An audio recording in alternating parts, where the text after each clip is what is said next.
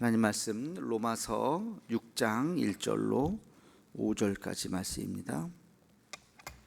로마서 6장 1절로 5절까지 우리 함께 같이 읽도록 하겠습니다. 그런즉 우리가 무슨 말을 하리요? 은혜를 더하게 하려고 죄에 거하겠느냐? 그럴 수 없느니라. 죄에 대하여 죽은 우리가 어찌 그 가운데 더 살리요?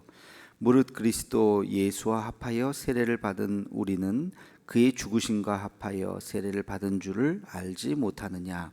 그러므로 우리가 그의 죽으심과 합하여 세례를 받음으로 그와 함께 장사되었나니 이는 아버지의 영광으로 말미암아 그리스도를 죽은 자 가운데서 살리심과 같이 우리로 또한 새 생명 가운데서 행하게 하려 함이라. 만일 우리가 그의 죽으심과 같은 모양으로 연합한 자가 되었으면 또한 그의 부활과 같은 모양으로 연합한 자가 되리라. 아멘. 바울은 계속해서 죄와 은혜의 관계에 대해서 이야기하고 있습니다. 죄와 은혜는 반대되는 개념이죠.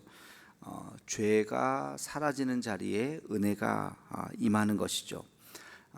바꿔 얘기하면 은혜가 임할 때 죄가 사라지게 되는 것이죠. 마치 빛과 어둠의 관계라고 볼 수 있습니다. 빛이 있으면 어둠이 사라지는 것이고 어둠이 사라지는 곳에 빛이 사라지는 곳에 어둠이 몰려오는 것과 같습니다. 죄가 있으면 아직 은혜가 임하지 않은 것이고 은혜가 임하는 순간 죄는 사라지게 되는 것입니다. 이 죄와 은혜의 이 관계를 이제 하나의 눈에 보이는 하나의 그 비유라기보다는 하나의 그 매듭으로 말하는 것이 바로 세례죠. 세례. 그래서 세례는 일종의 눈에 보이는 하나의 형식입니다만 이 세례라고 하는 이 형식은 바로 이 죄와 은혜, 빛과 어둠 이런 것들을 우리 다 상징하고 있는 그것이 바로 세례입니다. 세례의 의미가 무엇이냐? 한마디로 말하면 거듭남을 의미하는 것입니다. 다시 태어난다. 거듭났다라는 것은 다시 태어나는 거죠. 근데 이미 살아있는 사람이 어떻게 다시 태어나느냐? 그 옛사람이 죽고 새 사람이 다시 태어나는 그 탄생의 한 순간을 상징화한 것이 바로 세례라는 것입니다. 진짜 죽을 수는 없죠. 우리가 목숨이 하나인데 진짜 죽으면 다시 태어날 수가 없는 것인데 영적으로 옛사람은 죽은 것이고 새 사람이 주 안에서 다시 태어나는 이 거듭남 하나의 이제 딱 구분을 지는 것이요. 그것을 긋는 그 하나의 행위가 바로 세례인 것입니다. 죄악에 물든 옛 자가 죽고 새 생명, 빛으로부터 오는 예수님의 새 생명을 얻어서 다시 태어나는 것. 그래서 이 세례 자체가 구원의 표는 아니죠. 세례를 받은 사람은 다 구원받았고 세례를 받지 않은 사람은 다 구원받지 못했다. 이렇게 말할 수는 없습니다. 그러니까 세례를 받지 않은 사람 중에서도 구원받을 수가 있고요. 반대로 세례를 받았다 해도 그래도 구원은 또 못 받는 사람이 있을 수도 있겠죠. 교회 나온다고 해서 다 구원받은 사람은 아니기 때문에 그건 구원은 사실은 모르죠. 구원이라고 하는 것은 하늘나라 가봐야 아는 거지만 우리는 이제 물론 예수 믿으면 구원받았다고 우리는 확신을 하지만 또 하늘나라에 가보면 다르다고 하는 얘기들이 있으니까 그러나 하여튼 예수 믿으면 구원을 받는 거지만 아무튼 정말로 저 사람이 예수 믿느냐 그 요즘에 그런 어려운 이제 교회에 대한 여러 가지 공격들이 있고 교회가 실제로 어제 뉴스에도 여러분들 보셨겠지만 계속 교회에서 확진자가 늘어난다. 그럴 수밖에 없는 구조겠죠. 아무튼 그런 뉴스들이 이제 언론을 통해서 계속 확대되고 막 그러니까 제 후배 고향 후배 제 모교에 아주 뭐 그때 같이 신앙생활 열심히 했던 그런 친구고, 물론 이제 그러고 나서 헤어졌으니까 벌써 뭐 한 20년 이상 페이스북에서만 이렇게 만나서 이렇게 그랬는데, 그 친구가 그 페이스북에 글을 며칠 전에 올렸더라고요. 심각하게 개종을 생각하고 있다, 이렇게 올렸더라고요. 그래서 저도 깜짝 놀랐는데, 그 집안이 다 아버지 어머니 뭐 다 교회 잘 다니시던 분이신데요. 그래서 참 얘가 이게 무슨 정신으로 이런 글을 올렸나. 물론 지금 교회가 워낙 참 공격을 많이 당하고 또 부끄럽기도 하고 그래서 그런 거인지도 모르겠는데, 그냥 혼자 생각에 얘가 진짜 거듭난 아이가 맞나 하는 생각을 하게 되었습니다. 그러니까 이런 것 때문에 우리가 흔들린다면, 교회가 물론 실수할 수도 있고 잘못할 수도 있고 뭐 그렇죠. 그러나 그것 때문에 아이 이제 교회 안 다니고 이제 절로 가야 되겠다, 이런 생각을 할 수는 없잖아요, 그죠? 한다는 건 말이 안 되는 거죠. 그러니까 그 친구가 지금까지 교회 다녔다는 건 뭔가, 그 친구가 지금까지 신앙생활하고 전도도 하고 열심히, 내가 알기로도 적어도 30년 이상 교회를 다닌 친구인데, 이런 일 때문에 무슨 개종을 생각하고 다른 데로 간다고 하는 것은 얘가 지금까지 진짜 하나님을 믿었던가, 진짜 예수님을 믿었던가 하는 의심이 제 마음속에 있더라고요. 그러니까 교회를 다닌다고 해도 뭐 모르겠어요. 또 어느 순간 위기의 순간은 에이 하면서 그냥 떠나는 사람이 있을 수도 있나 보다, 있겠지 하는 생각을 하면서, 세례 받았다고 다 그 사람이 구원받았다 이렇게 말하기는 어렵다, 그런 의미에서. 아무튼 이 세례라고 하는 것은 제가 이제 그 새가족 교육을 할 때나 이럴 때도 늘 얘기하지만, 일종의 혼인 신고와 같다. 결혼을 하는 부부가 될 때 혼인 신고에 비유할 수 있다, 이런 표현을 합니다. 가정을 이룬다는 것은 남자와 여자가 만나서 가정을 이루고 결혼을 해서 이제 가정을 이루는 거죠. 그래서 부부가 되는 건데, 부부가 된다고 하는 것은 두 개의 형식적인 과정이 필요한 거예요. 하나는 결혼식을 해야 되는 거고, 또 하나는 혼인 신고를 해야 되죠, 그죠? 그래야 부부가 되는 거예요. 법적으로, 사회적으로 문제가 없는 부부가 되는 것이죠. 근데 부부라고 이야기는 하지만 결혼식을 하지 않고 이제 그 혼인 신고를 하지 않고 살면 뭐가 돼요? 법적인 부부는 아니에요. 그냥 동거인이죠, 동거인, 그죠? 사실혼 이런 관계, 그냥 부부라고 딱 이렇게 말하기는 어려울 거예요. 그래서 그 부부는 뭐냐? 그거는 뭐 둘이서라도, 뭐 주례자하고 셋이서라도 어쨌든 결혼식을 하고 그리고 혼인 신고를 해야 우리가 부부라고 인정을 하는 거죠. 마찬가지로 우리가 하나님 안에서 우리가 주님의 자녀가 되었다라고 한다면, 아까도 말씀드렸듯이 성령 받고 그러면 그 순간 정말 거듭나고 그 어느 한 순간에 예수님 믿을 수 있습니다. 구원받을 수 있습니다. 그런데 구원받은 사람이, 예수님 믿은 사람이 교회를 다니면서 신앙생활을 해야 되잖아요. 교회라고 하는 그 공동체 안에서 신앙생활을 하기 위해서는 교회에 등록을 해야죠. 어느 특정한 교회에 자기가 가서 등록을 하고, 그리고 내가 예수님 믿는다고 하는 것을 인준을 받아야죠.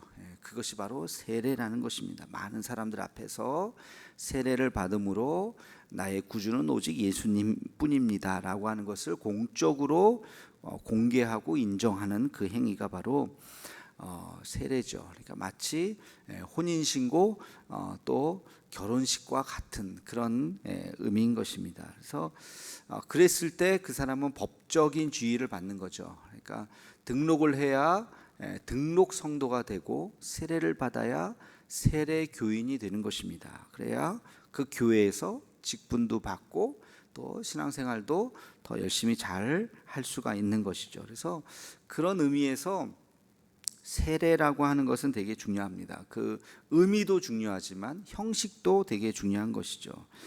그래서 이것을 세례의 사회적인 기능이다 이렇게 말할 수가 있어요.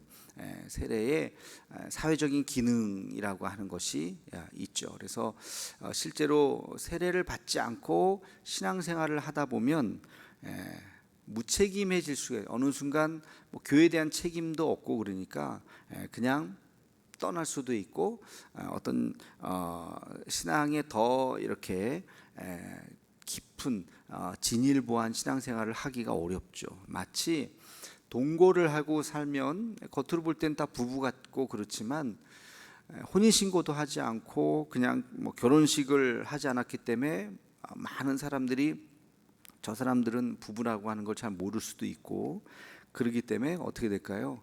동거하다 보면 헤어지기가 쉬운 거죠.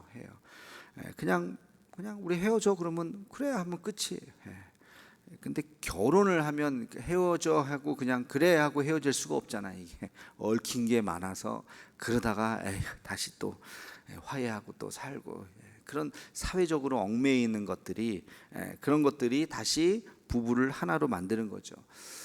신앙생활도 마찬가지. 세례를 받고 교회 생활을 하고 직분을 받으면 힘들고 어느 한순간 교회를 떠나고 싶어도 주변에 있는 사람들이 또 위로해주고 격려해주고 다시 또 힘을 얻고 그러면서 그 위기를 다시 이겨나가고 극복해 나가고 그러면서 신앙생활을 더 성장하고 성숙하게 할 수 있는 것이죠.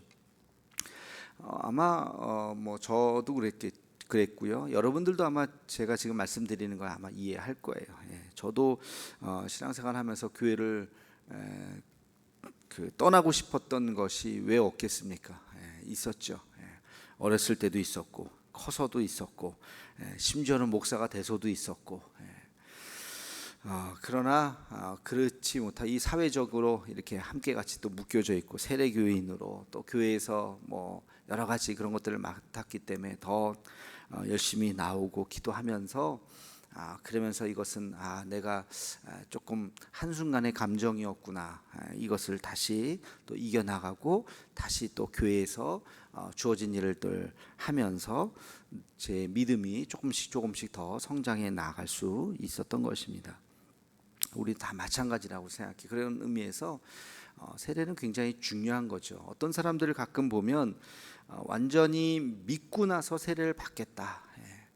세례 왜 안 받으세요? 벌써 교회 다닌 지가 벌써 몇 년이신데 등록하신 지가 5년이 넘었는데 심지어는 뭐 10년이 돼서도 세례 안 받으신 분이 있어요. 그러면 뭐 그냥 궁색한 변명인지는 모르겠는데 내가 아직 뭐 믿음이 약해서 세례를 나중에 이제 다 믿고 그러고 나서 세례를 받겠습니다.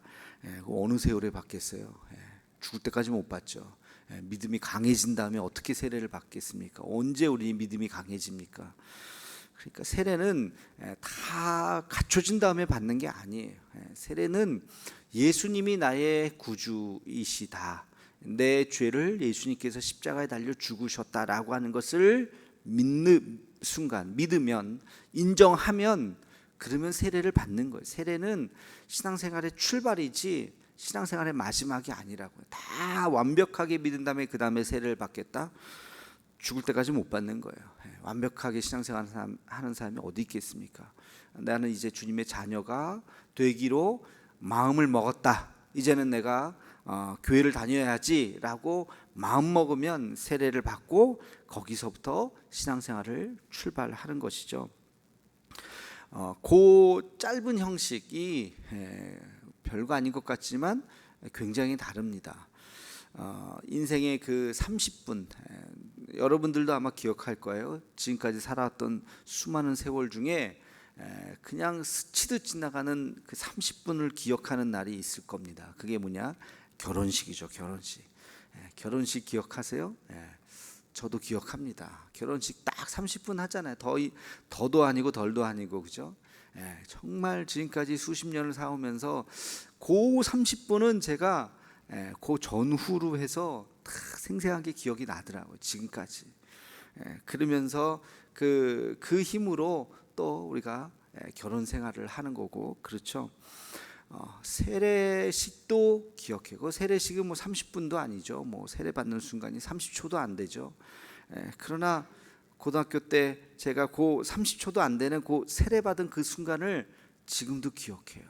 날짜도 기억하고, 우리 목사님이 그때 이거는 너가 다시 태어나는 날이다, 생일을 기억하듯이 이 날을 꼭 기억해야 된다. 그래서 어린 마음에 그 날을 제가 다 기억하고 지금까지도 기억하고 있습니다. 그래서 그날 그 30초도 안 되는 그 세례, 그러나 세례를 받았다는 그 순간, 그 경험이 우리를 교회를 떠나지 않게 만드는 하나의 굉장히 중요한 예전이 되는 것이죠. 그것이 세례인 것입니다. 그래서 우리도 여러분이 세례를 받은, 세례는 2번 받는 게 아니잖아요. 다시 받읍시다. 옛날에 기억도 안 나는데 그럴 수가 없는 거예요. 한평생 딱 한 번. 기억이, 예전에 뭐 그런 분들이 있잖아요. 군대에서 초코파이 때문에 세례를 받았는데, 세례를 뭐 그때 받은 둥 안 받은 둥, 이제 다시 제가 열심히 믿으려고 세례 다시 받겠습니다. 그럴 수 없어요. 다시 줄 수가 없어요. 뭐 초코파이 때문에 받았던, 뭐 때문에 받았던, 성부와 성자와 성령의 이름으로 세례를 주면 한평생 딱 한 번이에요, 그건. 그러니까 세례를 받을 때도 물론 중요하고 받은 그 경험이 중요하다. 그래서 오늘 말씀해 보면 우리가 구원의 역사를, 죄에서 은혜의 자리로 넘어가는 그 구원의 역사를 세례에 비유를 한 거죠, 바울이. 그래서 이 세례는 여전히 지금도 매우 중요한 의식이고, 종교개혁 시대에 수많은 잘못된 의식들을 다 지워버렸죠. 다 없애버렸어요. 이런 것들은 다 필요 없는 건데 괜히 만들어가지고 신앙생활에 걸림돌만 되는 것이다. 그래갖고 성례전 그 예전들을 다 없앴는데 그 중에서 없앨 수 없는 2가지만 남겼죠. 그게 세례와 성찬식이죠.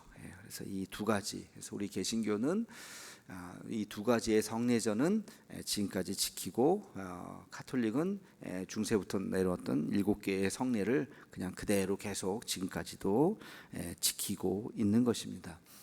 그래서 아무튼 이 세례가 그렇게 종교개혁자들 눈에 보기에도 세례는 지울 수 없는 것이다. 이것은 하나의, 우리가 옛사람과 새사람을 구분짓는 굉장히 중요한 하나의 상징이다 라고 하는 것을 우리가 오늘도 기억하고, 여러분 세례 받았던 그날의 감격을 다시 한번 기억하시면서, 또 여러분 주변에 혹시 세례를 받지 않은 사람이 있다면 권면하셔서 세례를 꼭 받도록, 세례를 받으면 혹시라도 교회를 떠났다가라도 나중에라도 돌아와요. 제가 그런 분들 많이 봤어요. 세례를 얼떨결에 받았다가도 떠났다가도 세례를 받았으면 언젠가는 다시 그 날을 기억하면서 분명히 저는 돌아오게 된다고 믿습니다. 그래서 이 세례는 신앙생활에서 매우 중요한 것이다 하는 것을 여러분들 기억하면서 구원의 은혜를 다시 한번 기억하는 우리 모두가 되기를 주의 이름으로 축원합니다. 기도하겠습니다. 사랑의 하나님, 오늘도 하나님의 말씀 가운데 세례의 의미를 다시 한번 되새겨 보았습니다. 죄가 사라지고 그 자리에 하나님의 은혜가 임하는 그 순간 우리는 세례를 받았습니다. 옛사람이 죽고 주 안에서 새 사람을 다시 거듭나게 되었습니다. 세례의 은혜를 잊지 않게 도와주시고, 또 우리 주변에 세례받지 않은 분들이 있다면 권면하여서 교회만 다니는 것이 아니라 꼭 세례 교인이 되도록, 그래서 책임 있는 그리스도인이 되도록 우리가 권면할 수 있도록 인도하여 주시옵소서. 그러한 구원의 감격으로 오늘도 살아가는 우리 모두가 되게 하여 주시옵소서. 예수님의 이름으로 기도하옵나이다. 아멘.